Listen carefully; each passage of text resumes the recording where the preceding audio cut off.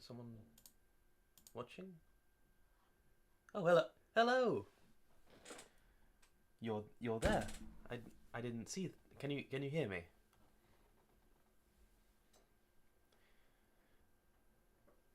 I don't know. So because you're in the chat, can you hear me? I'd like to be able to make that smaller, but okay. There we go. Yes, you can hear me. Okay, good. I'm live then. Hang on, I'll put my earphones in a thing somewhere. I don't know where my charger is. I'm lost. Okay. I'll just plop them down.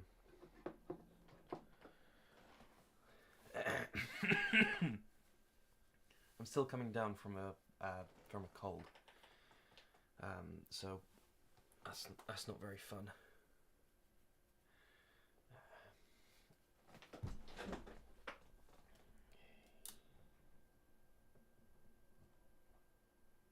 Just adjusting the light. Is that fine? No, it's crazy bright. I don't know. Hang on, I'll try adjusting the brightness so I don't blind you, so I can still have light on my desk without blinding everyone watching.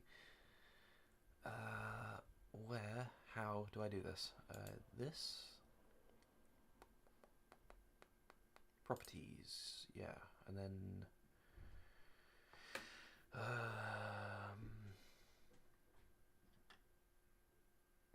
configure, yeah, okay, brightness, oh yeah, auto.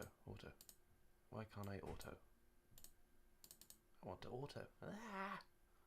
Okay, just try going, it's just refusing to, okay, yeah.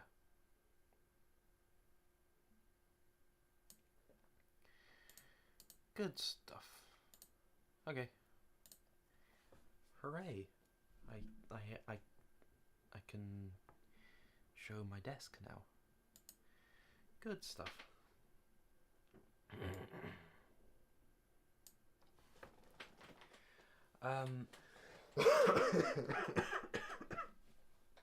Sorry, I don't know really. This is just well, that's actually why I titled the stream "What Am I Doing?" Because I have no idea what I'm doing, as you can tell by yesterday's stream. Because I've no goddamn clue. I'm lost. Might do drawing or something. I don't know. Or I might talk about something. I have no idea. I promise, like, things will get more structured as I do this, as I figure out what is going on. But I'd like to. I think 5 o'clock UK time is when I'm going to do this. Like maybe at least an hour or like an hour and a half each day, just at 5, talking and just, I don't know, hanging out, at least at first, until I have a proper schedule and things that I want to talk about for each thing. Yeah, I don't know. I'm lost.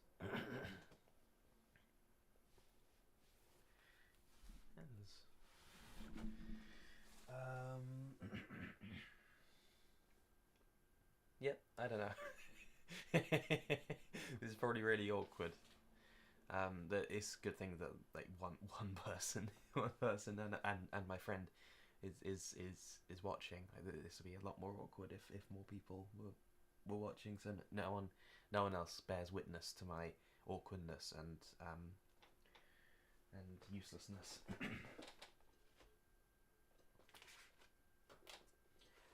Could like I don't know, show off some drawings or something. If I can find any good ones.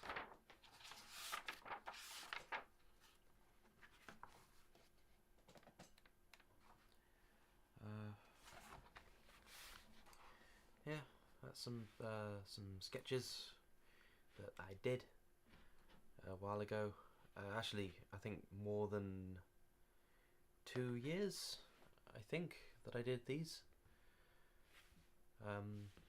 I think this is the first time that I did this character with that hairstyle and that hair ribbon, which I've exaggerated later on in drawings that I did later, and that became kind of a staple of that character. That ribbon and the hair. Yeah.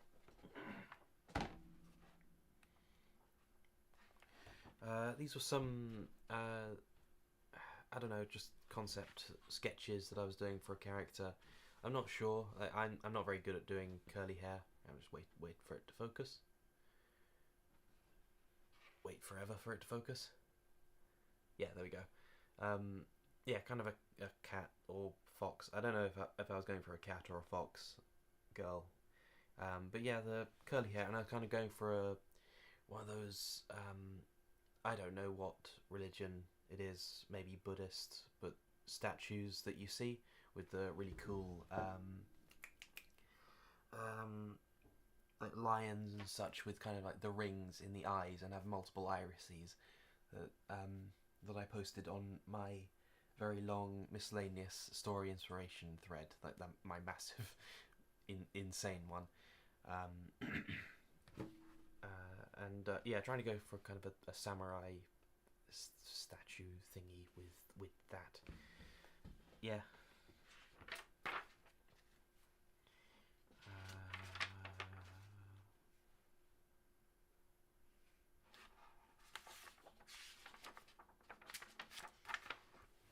Some body sketches. Hang on, just so I can see. Yep, some. Can't even see that. Yeah, just body sketches, and a character. One of my older ones. These are all very old sketches, very years ago actually, like maybe 2 years, maybe 3. I don't know. I don't remember. Oh yeah, that's a terrible representation of what I was going for. This character's supposed to be way more swole and broad shoulders, so I made him look really young. And yeah, some kind of cowboy cowgirl thing. Yeah, I'm not very good at patterns. Oh yeah, that was there's me listening to music. I should probably make a new avatar that isn't me in a suit, because that doesn't really represent me as much as as it used to. I should probably do something like, I don't know, me in a hoodie and thigh highs or something with way messier hair and like really scraggly and disgusting, because that's more like what I am now.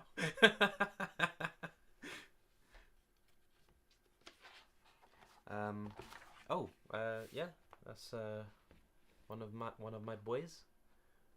My boy, being very cute and very kissable boy right here.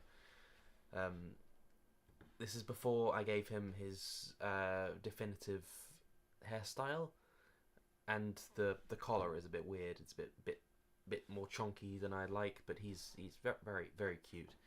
But yeah, more recently I gave him the hairstyle that I think really fits him. This was when I was still kind of trying to figure out what he's supposed to look like, even though I've had this character since like I was 14 or something. That's when I made him. Kind of insane how long. Yes, waifu material. Oh yeah, very happy with these sketches. They are naked, because I was going to photocopy this and draw clothes over it and draw multiple variations, because this character Grim has a lot of focus on his fashion and like his aesthetics. He has very and he has lots of different outfits that he changes into lots of different times. So I really went overboard with his kind of like um, sassy, like, yeah, this really fucking cute.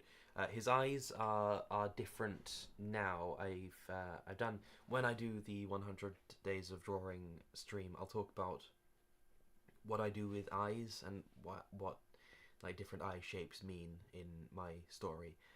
Um, but this is, I drew this before the character had their distinct eye shape.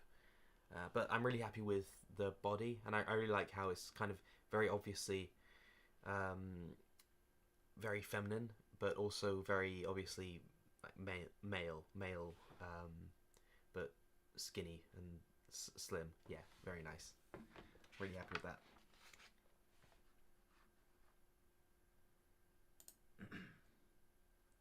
Oh yeah, the bakery. um, yeah, just more bodies, I guess. A lot of the time I stop after drawing. I think a lot of people do this, but I stop after drawing the just the body with no character details, because the more you do on a drawing, or the more you do on anything like that you build, the more chance there is to mess it up. So if you stop early on, there's less chance of screwing it up. But of course, that leads to just being left with a just a blank body, I guess, which is like it's fine. It serves a purpose, but and it has utility, and it works for practice. But it is better, and I know consciously that it is better to finish a thing than to leave it as is. But even though I know consciously that I'm kind of scuppering myself, or and sabotaging, that's the word I was thinking of, sabotaging myself, I still go ahead and stop when I should keep going and keep trying to make the thing complete. Like here, I stopped at the arm because I wanted it to have kind of like a prototype-esque monstery arm, which kind of is hard to draw. I'm very bad at drawing like big, like messy, detaily things,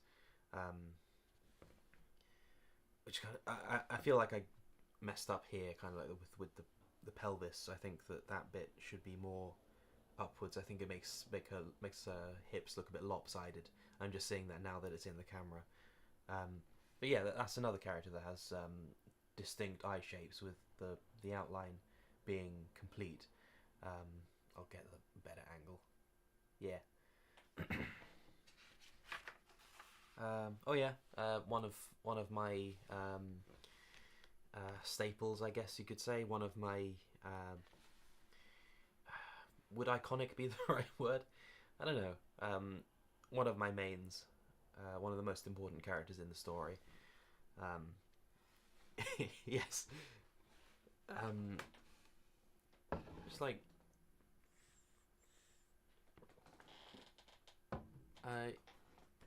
yeah, this is another example of what I mean when I said that I'm not very good at details. It's like I would like to have this part, this kind of darker fabric, is supposed to be dark blue, while the rest is kind of pale beige kind of fabric. I think a lot of people kind of underuse beige and kind of neutral colours like beige and brown and grey, but that's another. Ignore that. That's another thing. But I'd like to have kind of light blue patterns on the trims of the blue bits, or darker patterns on the trims of the lighter fabrics, or I'd like to have kind of pouches and things on the belt. Just more details and things that kind of bring it together. But I am at the same time as not being very good at mass levels of detail. I am very aware of other artists that I see who are very good at details, but who go overboard and kind of lean into the um,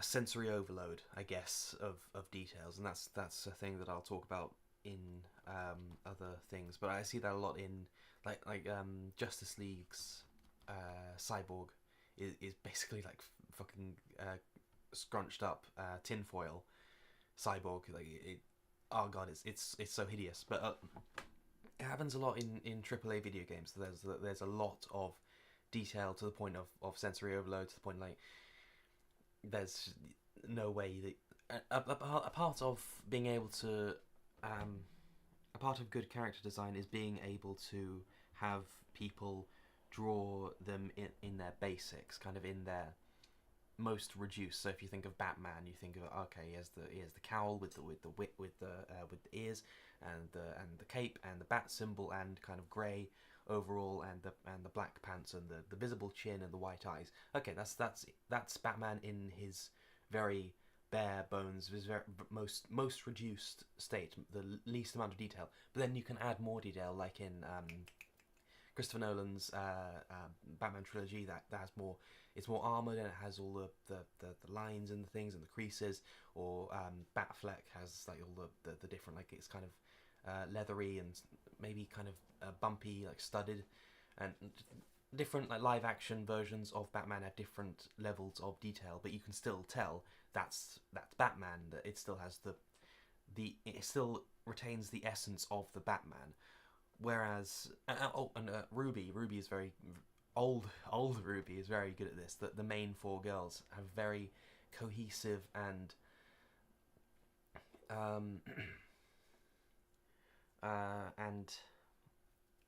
what am I thinking of? Because of the kind of low poly, kind of, I don't want to say cheap because it made it work, but cheap and low. I'll just say low poly style that they had, and still try kind of to have, because they have to build out of it now, even though everything's kind of shit post Volume 3, because of early Ruby's limitations. They had to make the designs very cohesive. So you have things like Ruby's hood that is kind of iconic. That you can. I'm really bad at talking. You can reduce a character like Ruby down to the bare essentials, the bare lines. You can kind of reduce it down to a stick figure with like the red trim on the skirt, the red bits on the boots, the red bits on the sleeves, and the red cloak and the scythe. That's the bare essence. So you can see, if you kind of blur your vision, or if you look at the character from a distance, or if you silhouette it, or you make the character design out of silhouettes, you can still tell, yeah, that's Ruby Rose. You can tell that the character is the character, because the design isn't a total goddamn mess. It has cohesion, and it has a specific vision that it was going for, which is something that later Ruby and a lot of other people and a lot of, especially video games, really mess up, because they try their hardest to make a character like unique or have a lot of details, because they think that detail equal good, and they kind of miss the forest for the trees ish, kind of. It's hard to explain, unscripted. There's a writer that said that you can even write about nothing, but if you do it right, you can write a masterpiece out of nothing. I'm not sure what that means. There's a writer that said you can even write about nothing, but if you do it right, you can write a masterpiece about nothing. Yes. Okay, yeah, I understand. Sorry, my screen is actually really hard to look at, because I like I said before, my monitor for my for my PC is not a monitor, it is a TV. So everything is like a massive chunky pixels. So like, looking at chat is actually kind of painful for my eyes. Anyway, stuff. Oh yeah, try to draw old men, or older men, and it's not. Focus, just fucking focus. Oh my god. Yeah, there we go. Yeah. Not very good, but I tried. It was years ago.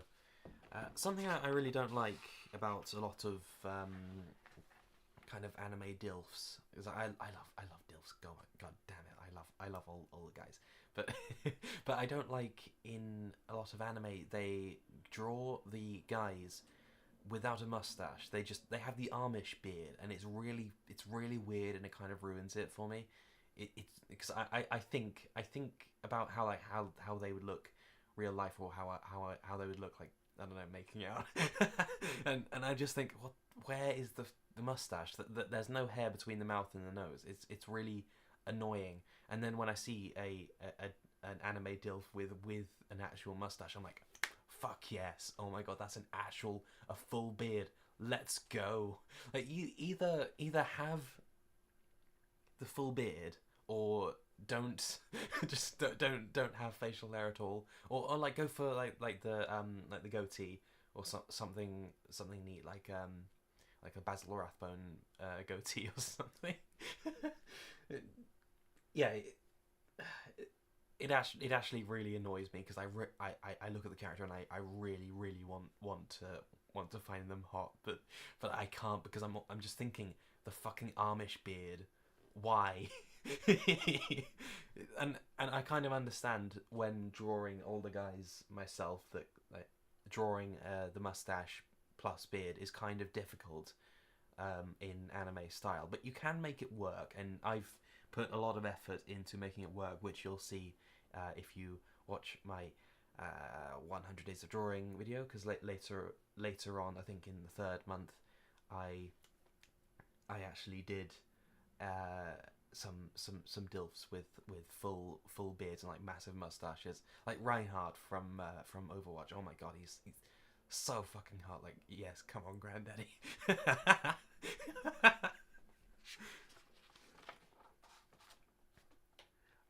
These are just some I don't know, outfits that I was doing for a character, and an eye.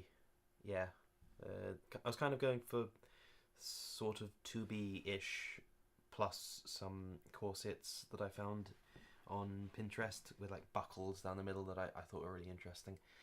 I don't know. Probably can't show that on YouTube. Oh no. Stuff. And that's the end of the sketchbook. Okay. How long have I been talking? Only 13 minutes. Wow. I'm gonna adjust my lamp so I can actually see where I'm looking. But it always, fucking spaz lamp. God damn it.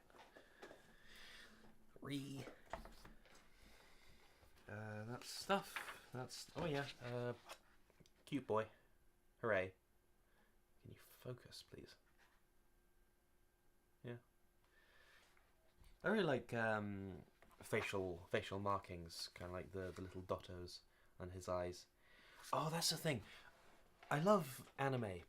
Like, that's an obvious thing, but like, something that I don't always love is that they don't often use, that they often recycle different character archetypes, or different character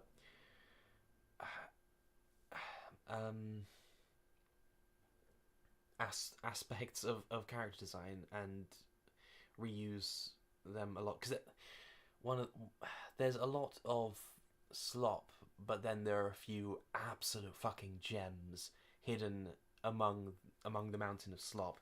Like when you're trying to scroll for something to watch, or scrolling through my anime list or something, like there's just a lot of shit that just blends together into like a slush of like, maybe it's kind of, there is a place for slop. There is, it has a utility. Sometimes I don't like the idea of switching your brain off to watch something, but there is a point to it. Sometimes you're too burnt out and you're not in the mood to actually engage with something. Like you just want to kind of go, fuck it, I just want something stupid and silly. So you turn on some harem high school kind of schlock, and that's fine. It has a purpose. But some things that I see, just I'm getting off track. What I was going to say was I wish more anime did kind of weird things with character design, like more kind of out there. Like I love Kirari from Kakigurui. I love her ring braids, and the vampire girl from that more recent one. Um, you know, the one the one person watching. Um, um, no, I adore ring braids. That hairstyle. It is gorgeous. So I'd really like to see kind of freckles or something. And like I don't know how common freckles are in Japan. So it could be that kind of thing that like there are like basically zero people with freckles in Japan. So it's unrealistic to expect like some people with freckles in anime from Japan. But that's just something that I would like to see. It is kind of a me thing. I love freckles, by the way. Freckles are really adorable. But I'd really like to see like a freckly anime character. That'd be really nice. Or kind of I don't know, gap teeth. I remember when I was very young, I was in in a library, and I saw I read. I didn't actually read it. I don't think. I think I just looked at the illustrations. But it was about like a witch with a gap teeth, gap between her two front teeth, and that kind of amplified her cuteness. But she was kind of evil. Maybe she was a vampire or something. I've no idea what it was. It was so long ago, and I don't think I even actually engaged with the thing. I don't think I even read it, but I remember this character that really stuck with me. The image of this character who was really beautiful, but she had the gap between her two front teeth, and oh my god, it really it was a hook. That was something that I was going to say earlier about the character design thing that I kind of went off on. Your character design needs to have a hook. It needs to have something that grabs you, like in Ruby's big red cloak. It's the if not a hook, it's something. It's the thing or things that your character's design are wrapped around. That are everything around them, everything about the character design, and that helps make it more cohesive. That everything about the design is wrapped around this one specific aspect of the thing that kind of makes the audience go neuron activation. Because it a part of what your design is supposed to do, a part of its purpose is advertisement for whatever it is, and to occupy mental shelf space in the viewer. And that's something that having a cohesive design really helps with, because your brain automatically kind of reduces the character to its essentials in service of preserving memory space. So your brain remembers Batman in its essentials, that your brain remembers Ruby in its essentials. It doesn't remember this messy kind of schlock from something like Concord, because it's just too much noise. It's too much visual white noise, too much visual beige to remember efficiently, and to even want, and it's too ugly to even want to take up mental shelf space, to want to have taking up mental shelf space. So people kind of just intentionally or not kind of forget about it because it's too messy and it's too ugly. So that's kind of what the thing that I was going for, that a hook and the key are kind of two I don't know, more tactile metaphors for what I'm talking about. A hook and a key to what your character is kind of wrapped around. It's a thing that makes the people watching go, yep, neuron activation. That's that character, and that's kind of what I'm drawn to, and that's kind of what happened with the character from that book I was talking about when I was in the library that had the gap between her two front teeth. Without that, she was very very generic. She was very much beautiful seductress sorceress as far as I can remember. But and that's kind of just, yeah, okay, that's there. That's just another added to the pile of hot generic seductress sorceress type characters. But hang on, she has a gap between her two front teeth that's kind of prominent. Ooh, that's really neat. That goes neuron activation. It's something new. It's something different and weird. So it automatically takes up mental shelf space with this very very simple design, very very simple tweak to what is otherwise a very generic design. Um, and that's something that what I would give as advice to character designers is have something that kind of grabs the viewer, and sets it apart from other characters that are similar in genre or similar in archetype to um, uh, to, to yours, um, or at least as much as you can, because at most you want your character to take up mental shelf space. If it's a main character, you don't want to go the Concord route and make your character look like a background character. Like the tank character from Concord is so god. It's so. If her face was covered with a visor or something, she would literally just be a background, an expendable background character that you can mow down like 50 of in another game. She's so goddamn generic and so boring. Literally background character. I guess character design physiognomy, I guess, or something. And the other ones are very much characters that you would see in, like, I don't know, in the environment, in the background of like Cyberpunk or some Guardians of the Galaxy video game. Characters that you're not really supposed to pay attention to, but like there's the meme of guess which character in this screenshot is the main character of the anime, and it's like it's a crowd of anime characters with brown hair, and the one like Yu-Gi-Oh with like massive spiky blonde and blue and red hair, like that kind of meme. But that's kind of what you're supposed to do with a main character. You want your main character to actually stand out from the crowd, at least in a small way. And that's like, if your character is actually supposed to blend in, because that's a part of the character, they're supposed to be kind of an everyman. You're still supposed to make them identifiable and not an everyman to the audience.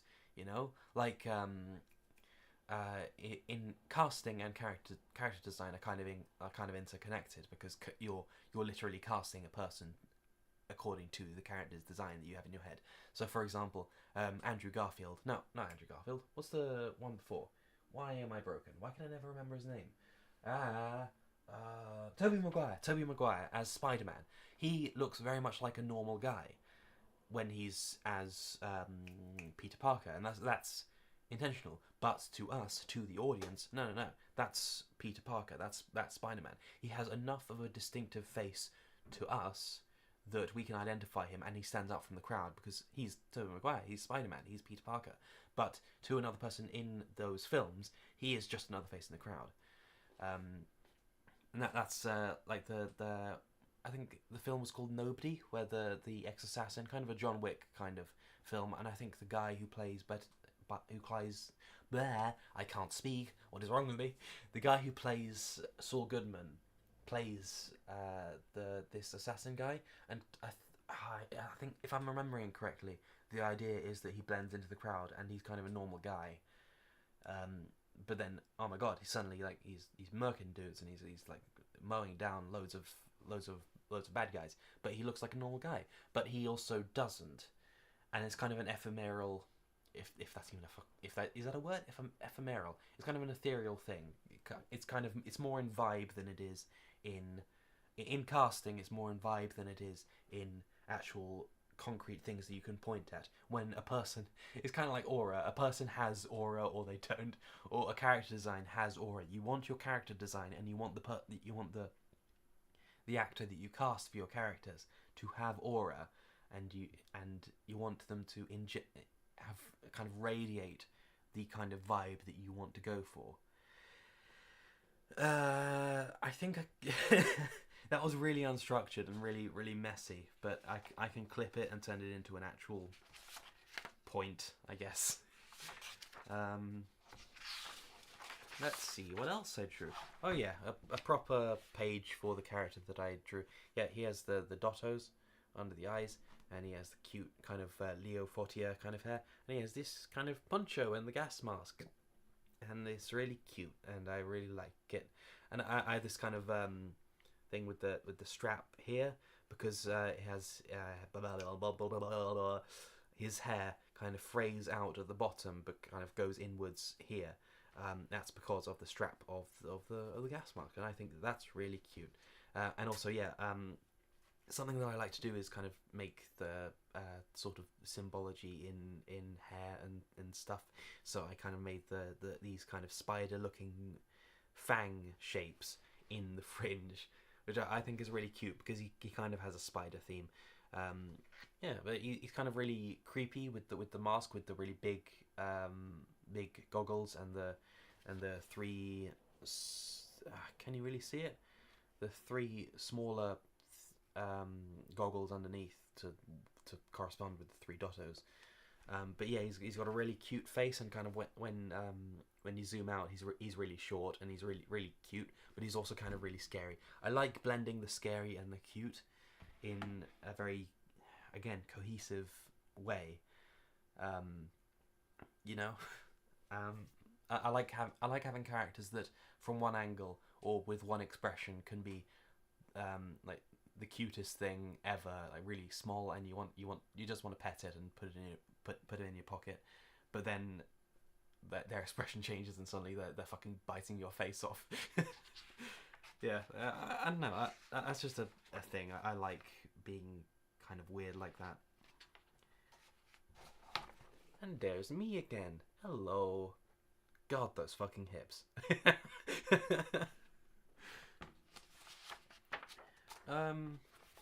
There.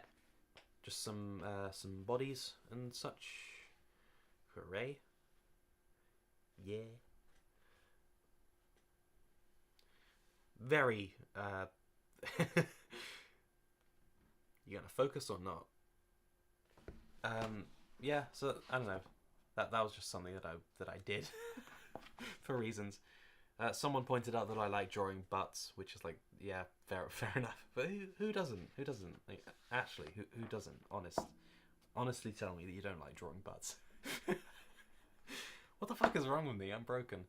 Yeah, just more bodies and such. Blech. Oh, but I think I used I don't know what I used as reference. Oh yeah, that's another character. Not very good sketch page for this character. I did a better one in the 100 Days of Drawing video or stream, which I will do, which I keep plugging because I want people to actually watch it. I want more than 3 people to actually watch that. There.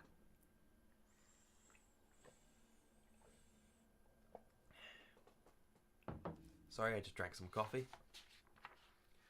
I am so hopped up on coffee. Oh yeah, this is a character who belongs to the one person who's talking in chat, called the Red Queen, who I drew this for her, which is again, I could have done actual like clothes for her, but I didn't not draw clothes just because like titties, yay. I didn't draw clothes for the reason I said before, because like I'm scared of messing up, because this one in particular, and this one, the profile view, I was really happy with how far I'd gotten, so I was scared of drawing clothes and messing it up and having to erase bits, because I was already really happy with how far I got. So I'm probably going to either scan this and draw clothes on digital, or why can't I speak? Why am I broken? Photocopy this, and then draw over the photocopy, or draw over the original with clothes or something. I don't know. I have this chronic, like, deathly fear of losing things.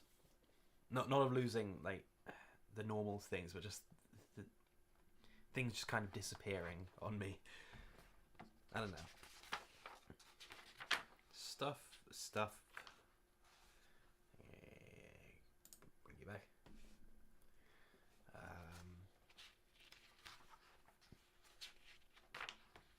Stuff. Oh yeah, that's me again. This is kind of a meme thing that I was going to draw, because sometimes artists and people draw themselves in memes. You probably can't read it because of my spaz handwriting. But it says, intentionally making two characters very shippable in the first frame, and then bam, I destroy one of them. Because that is a bit of a warning. I really love doing that. That's why I drew this. I love killing. I love murder. I love building characters up and making them, because like a lot of artists, a lot of writers kind of telegraph that it's a fine line to walk. It's, you either have the very telegraphed death where a character like suddenly tells their tragic backstory, or tells you, oh, when this last mission is over, we're going to like go see the fireworks, or some sappy shit right before they die in like the same or the next episode, to like when things just have never been set up before, they suddenly get really sappy and like make promises like, oh yeah, you're gonna die. That's a death flag. That's what they're called. You have to walk the fine line between that or going the Game of Thrones route, where things just kind of happen and people just kind of die out of nowhere, and it's just kind of shit and annoying. Or no, Game of Thrones is a bad example. Justice League Dark Apocalypse War is such a garbage goddamn film. I hate it with a passion. And that's kind of like it's a niche hate. My hatred does not just extend to normie things to hate. I absolutely fucking despise that film, because what happens is what is it? I think it's, what's his face, the big guy, the guy who kind of beats up Superman, the Hulk. He fought the Hulk in a death battle. Whatever. Darkseid took that guy's DNA or something and mixed it with his parademons, and they became unstoppable. And suddenly, like, everyone fucking dies. Like, all the characters. There's a death compilation on YouTube, and it's fucking depressing. It's the worst thing ever. Every single character that you love and care about just dies in the most horrific and fucking stupid way possible. Like Bane. Bane is supposed to be like really smart, but no, he as per usual, he's turned into this retarded goon who just jumps into battle and gets torn apart in like 5 fucking seconds. Like there's a shot with Starfire, and like her bottom half has been ripped off, and she's just dying. Like her intestines are everywhere. Like all these other characters, there's a whole montage of, you can get a whole montage of characters that you love dying in stupid but gory ways, and it's so garbage. Like, character deaths are supposed to be meaningful, but in Justice League Dark Apocalypse War, it is so shit. It makes death utterly meaningless. It's a worse offender than disaster movies that just make death kind of into a parody, into a spectacle. Like that's kind of, yeah, it's kind of dumb. Disaster movies are just dumb fun, but that kind of makes sense. But in Justice League Dark Apocalypse War, they make death into a chore. They make the death of characters that you care about into, oh, that's just, oh yeah, that's just a thing that happened, I guess. Okay, and we know that it doesn't matter anyway, because this is just because of the fucking multiverse, and because canon doesn't fucking mean anything. We all know there's gonna be a fucking reboot in like 2 fucking months or something.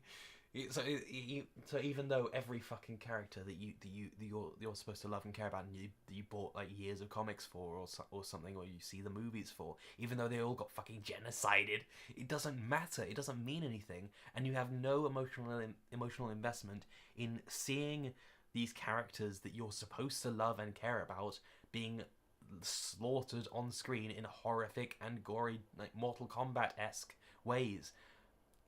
It is the most trashy, like, example of on-screen character death. So that's the fine line that you have to walk. You either go crazy telegraphed, and like you see it coming from a mile away, death flags out the wazoo, like deaths, or meaningless, just chore of apocalypse spore death. And you don't want to go too far either way. You want it shouldn't really be that much of a difficult thing to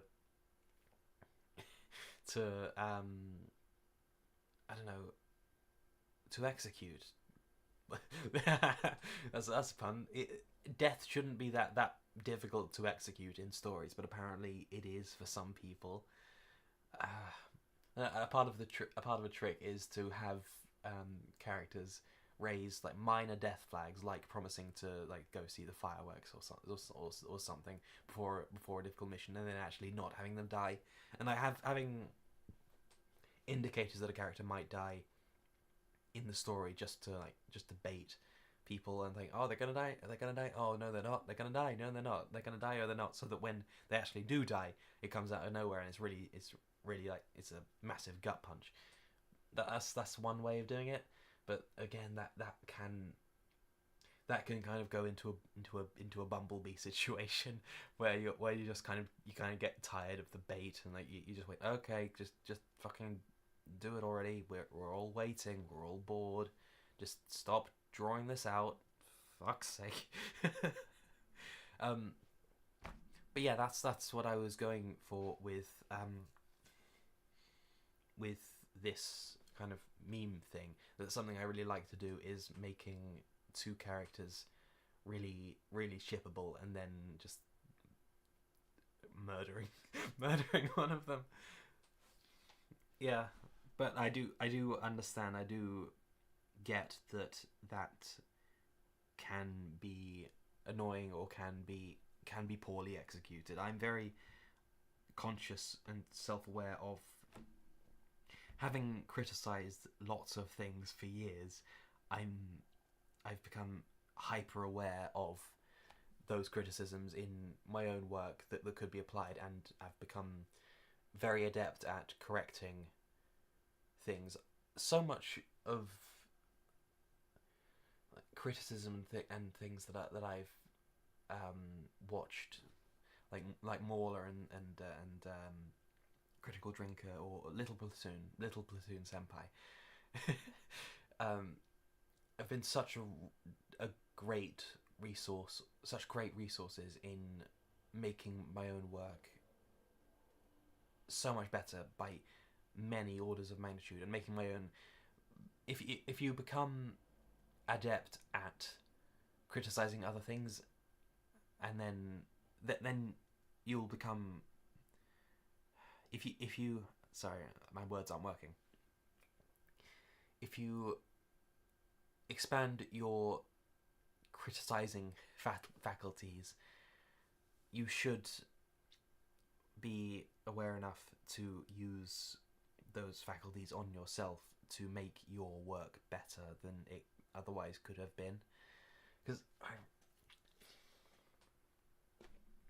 I'll probably save that rant for another time, but it really pisses me off when people defend garbage, and like not even defend garbage as in saying that, oh, I like it. I know it's garbage and I like it. Like the Underworld films or Overlord, or Sword Art Online. Like, yeah, they're garbage, but I love them. Like that's perfectly fine. It is perfectly fine to like garbage. There is a place for fast food, for example. But I really hate when people try to pass off garbage as high art or as high quality, like The Last of Us or The Last Jedi or oh, so many fucking examples just flood into my brain. Years of examples, years of pain. God's sake. Because it doesn't. It's not just that it's not true. It's not just that it's a lie. It also is damaging to everyone involved. Because when you, what you're doing is basically enabling the terrible artists. You're enabling these people that could have been better, that could have actually been really great, and you're making excuses when you should be saying, no, actually you can be better, you could have done better, you could have made something better, not just for me but for you. Making things is actually a transcendental experience, that it actually does expand your entire self, and it makes your self better. And I'm separating the words your and self there. It makes your self, it makes your being better to actually engage in the creative process and engage in an honest and true way. Because that's something that sincerity is something that I miss. Because I don't miss it, but I think lots of people miss sincerity. Lots of people miss things not being ironic, things being honest. There was a very good video essay, I've forgotten who by, but the sincerity of the Tobey Maguire, Sam Raimi Spider-Man trilogy, and that was a very good essay. But I watch a lot of films from before the 2000s, and and even before the 80s. I watch films from the 50s and 40s.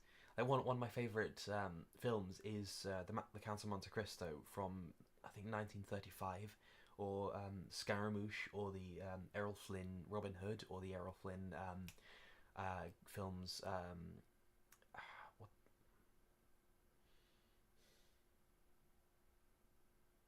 The Seahawk and Captain Blood. Films like that, or Labyrinth and things. And there's an honesty and a simplicity to these films, or Jason and the Argonauts, or Clash of the Titans, or The Princess Bride. Oh my god, just so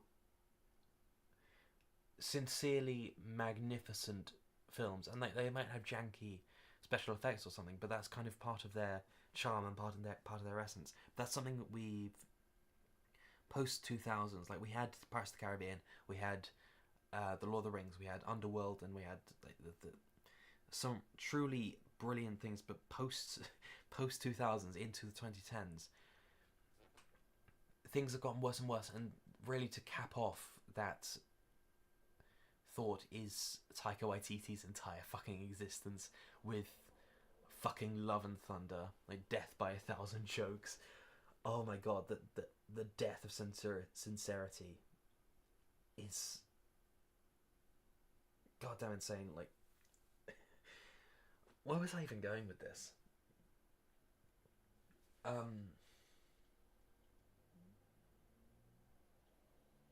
I've entirely lost my train of thought because my brain is too fast for my mouth.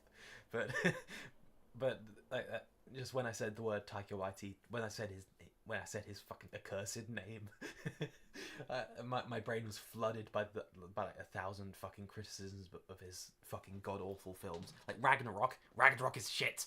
Stop praising that actual goddamn piece of garbage. It's so garbage.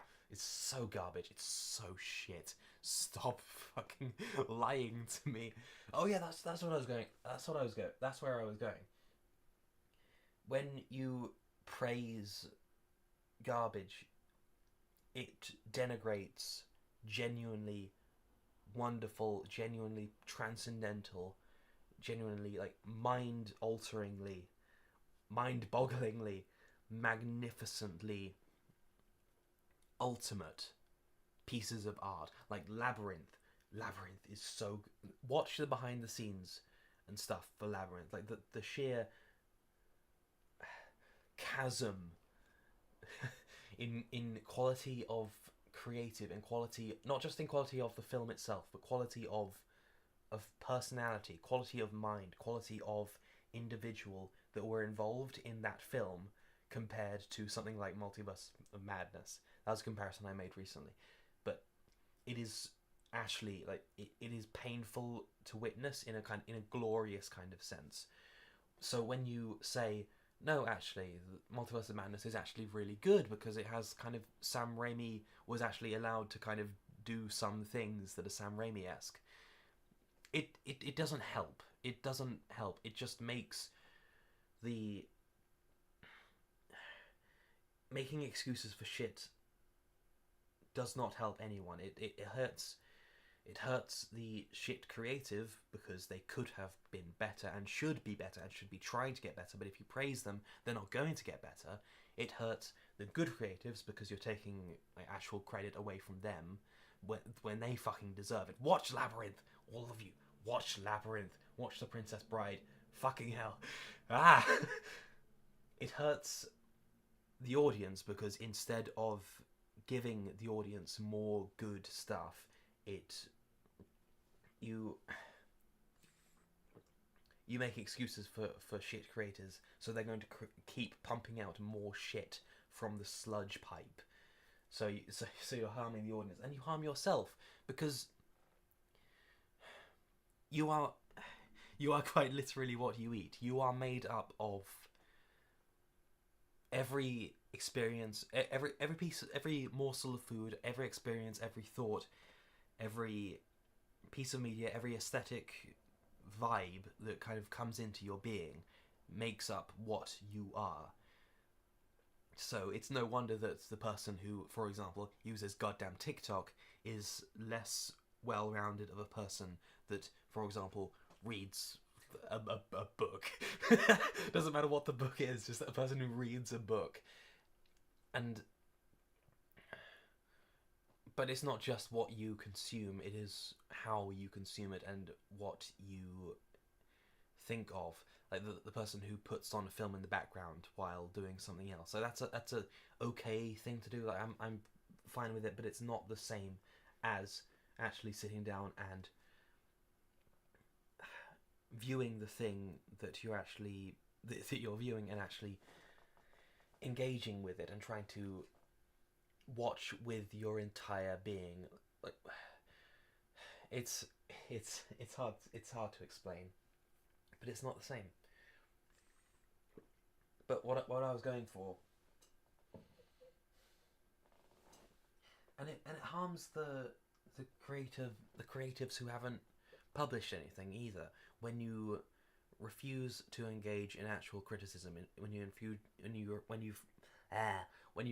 to engage in a conversation about the art, and when you pretend that good or bad art doesn't exist, it harms the people who haven't even created anything yet. Because the people who, because two kinds of people will come out of that.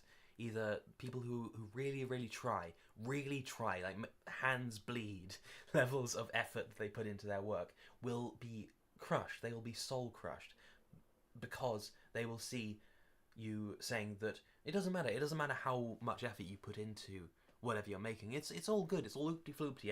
Everything's fine. Everything's valid. Everything works. Don't think about it. Nothing matters. So the people who actually compulsively put effort into what they're making will be so depressed. They will be actually so crushed and so miserable because of that, because they can't help but put effort into what they're doing. They can't help but say, no, actually what I'm making does fucking matter. I don't care what you're saying, but what you're saying does actually hurt.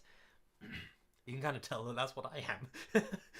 But the second category of person that comes out of that conversation being a thing is the potential creative who then comes to the conclusion that actually it doesn't matter, that they agree with you. It doesn't matter how much you try. It doesn't matter like the level of quality. Everything is, all the quality is subjective. Don't fucking worry about it. Nothing matters. Just make the thing. It does. So they end up sabotaged. They end up self-sabotaged by, or not self-sabotaged. They end up sabotaged by that idea, by the idea that actually quality is not objective because everything is valid and nothing matters. They end up sabotaged when they could have made something fucking brilliant. They end up going, oh well, it doesn't matter. It's all subjective anyway. It doesn't matter. Everyone gets worse. Every single aspect of every participant in culture and in art and entertainment and in this conversation get worse when you take the position of quality being subjective. The creatives get worse, whether it's because they just get depressed or because they go, oh well, it doesn't matter anyway. The audience gets worse because they could have gotten something brilliant but they got shit. Everything gets worse, and it really pisses me off. Even if you don't take the position of quality being subjective, when you praise garbage, that's the outcome. When you praise things that can be verifiably and obviously objectively, sorry for the scary word, pointed out that they are garbage, it damages every person. It damages every participant in the exercise, in the conversation. It's actually really baffling. It makes me wonder, have you actually seen a film? Have you actually played a game? Have you actually read a book? The answer to the last one is often no. But have you, when you show a person Labyrinth, oh, I know I bang on about Labyrinth a bit. I've banged on about Labyrinth a bit, but oh my god, it is such a brilliant film. It is such a gorgeously wonderful experience that when watched back to back with Multiverse of Madness, for example, it's the difference is night and day, and it hurts my brain to try to rationalize the position of quality being subjective, or the position of Multiverse of Madness being anywhere near as good as people seem to say it is. And oh my word. I want things to work. I think there's a great appetite for going back to a better time. Nostalgia isn't just looking. There is a part of nostalgia that is looking at the past with rose-tinted glasses. It's fallacious and silly to say that the past didn't have any of the, that had no problems. Obviously there were problems in the past, but they're not the problems we have now. And I think what people want is to, now that in the present we have fixed problems in the past, people are wondering why we couldn't just keep the good things without, why did we have to sacrifice so much good, so much brilliance and so much wonder for what we have now? And that there's nothing really that exemplifies that as much as in the arts, in entertainment, in cinema specifically, and in gaming. Right now I'm looking at my wall of VHSs. I'm just inspecting it to see if there are any details here that could dox me or something. I don't think there are, so I think I can show my VHS wall.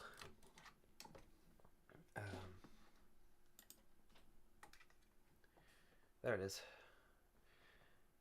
I have all of that, and behind that curtain there are VHS, are videos of films and such, and so I'm looking at that while I'm saying all of this, because I have this constant visual reminder right next to me, even when I'm not watching a film from like before the 80s or something. I always have this thing like pressing against my brain, pressing against my consciousness, reminding me of what was, of what could be, and just the sheer magnificence of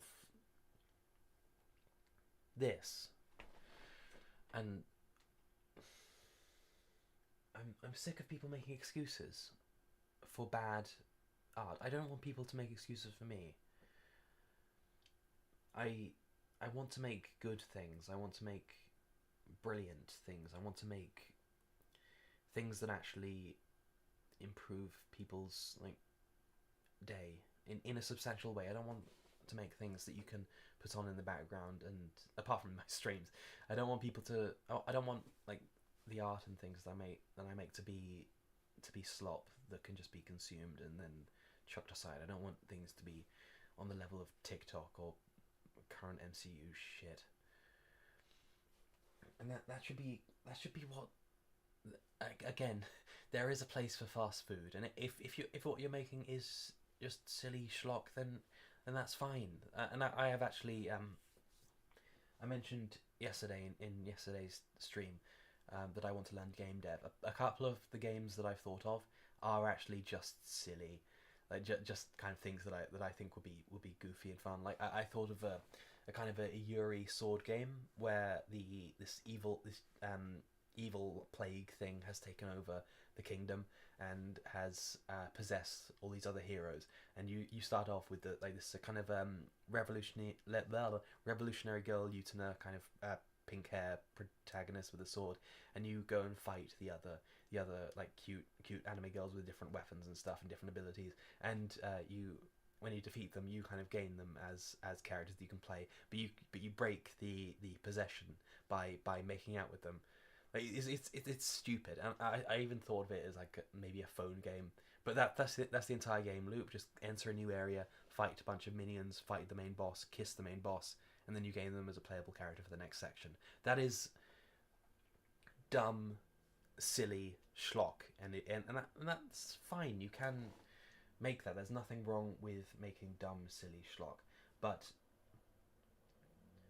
that shouldn't be all there is, and we shouldn't pretend that dumb, silly schlock isn't dumb, silly schlock, and we shouldn't pretend that it's on the same level as transcendental and elevative or expansive art. Because I want to make both. I really want to make, like, as you saw before, I made sketches of butts because I'm fucking stupid. Yeah, I do want to make like actual proper things that make that people find amazing, and that the people actually fall in love with, like I have with many other pieces of art, and things that make people's days better or people's lives better, like what has happened to me with other people's art. That's what I want to do. That should be kind of what people strive for with creating, you know. Anyway, that's the whole fucking thing. That was really badly put, wasn't it? Like I'm so bad at talking. I should never speak again, but I'm going to fucking speak for forever. A part of why I'm doing this is because for years I've tried to work with the tidal wave of my thoughts. I tried to stem the tide. I've tried to do my best to distract myself or to kind of bend my thoughts into productive avenues, and it just doesn't work because it's just too much. So I'm kind of just turning the stream on you. I'm kind of redirecting this flow of goddamn insanity, that incoherent rambling of insanity. This is kind of like, this is a fraction of what I live with in my day-to-day. Imagine this, but times like fucking 100. But all of it happening all at once. I've 50 goddamn rants like going into my ears every goddamn day. My borderline schizo. Every goddamn day, every waking moment. So I'm kind of, so this is kind of my method of kind of trying to simultaneously get better at speaking, because I'm terrible at speaking, and kind of trying to make sense of it and trying to, I don't know, make it into something productive and not like this negative thing that's always weighing down on my brain. I don't know. I'm trying to monetize my brain worms. Oh, anyway, it's been an hour and 6, 7, 8, 9, hour and 12 minutes. So I guess I'm going to go now. I think that was a reasonable thing, a reasonable length, and a reasonable. I showed off some drawings, so that was yay. That was a fun time. I hope, and I ranted about nonsense that shouldn't fucking matter, but it does apparently. So that was fun. My shoulder hurts. What the fuck? This chair has zero goddamn support. Oh, what the fuck? Anyway, yeah, okay. That was fun. I guess I'll go now, and I'm talking like a robot for no reason. No reason. Okay, yeah, I'm gonna go. I'm gonna go now. Goodbye.